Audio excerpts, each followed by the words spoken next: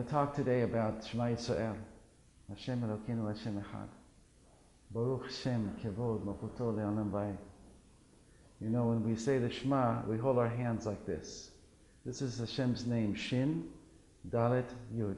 And we put our hands like this on our face. We close our eyes and we cover our eyes. The name Shin, Dalet, Yud means Misha Amad Dai La'olamo. He who said enough to his world. When Hashem made the world, He made the world in such a way that if it would keep going on and on and on, He, so to speak, wouldn't be able to be connected to every single place in creation. So He said, die. He said, enough. Every single point in creation connect to me. Every single point in creation can always be connected to me. There's no red tape. There's no bureaucracy. I can always be there with you. So Hashem said, enough, die. So when we say it, we say, enough to the world. Enough to the world. I'm stopping the world. I want only to be with Hashem. I want to go inside and experience His oneness. And not just think about His oneness like something out there. Hashem's oneness is the whole totality of existence exists within His oneness. And so when we go up, it's called the Zohar. The Zohar calls it Yichud Ila'ah, the upper unification. What does that mean? It means the whole world and everything, including me and everything that I am, I include myself and I merge into Hashem's oneness. How do you do that? What's that about? Why don't most people know about it? Why doesn't anybody know about this? And it takes time, and you have to breathe, and you have to stop. And so the way we say Echad, when we say Hashem's name, is Hashem Elokeinu, Hashem Echad.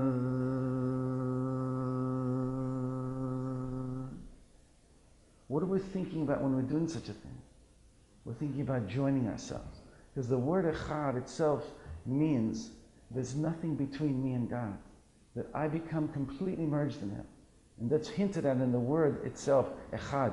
Ein Chotzetz Davar. It's the initials of 3 words. Ein Chotzetz Davar. There's nothing in between us. No thingness. At that level, at that deep level of Hashem's oneness, there's nothing but Hashem. Ein od milvado. And that's what prayer is. And prayer can be. And you breathe. And you allow your mind to stop a little bit. You can ask questions. You say, Hashem, I don't know who you are. I don't even know who I am. I need so much to connect to you.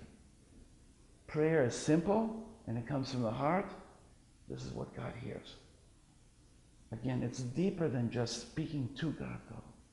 It's connecting with Hashem. I call it the core experience, the inside, the Holy of Holies. In that place is only Hashem. It's not a place to be afraid of. It's a place to connect to.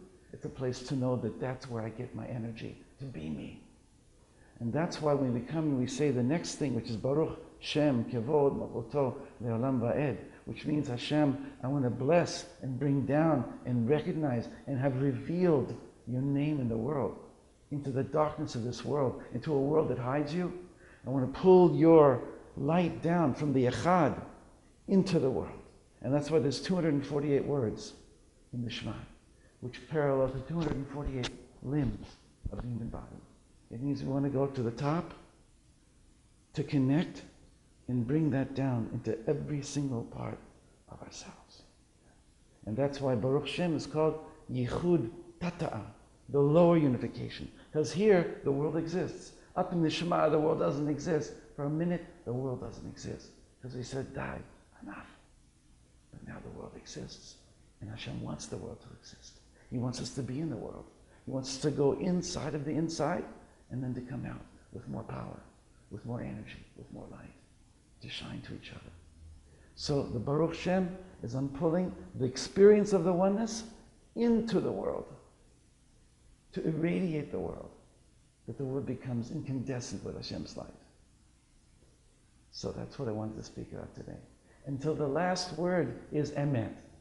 All the way down to the 3 paragraphs of the Shema, ve'ahavta, where nothing goes wrong, it parallels our neshama, clarity of vision. Hayim Shema, where we struggle, we question, we suffer, we lose it, we don't understand.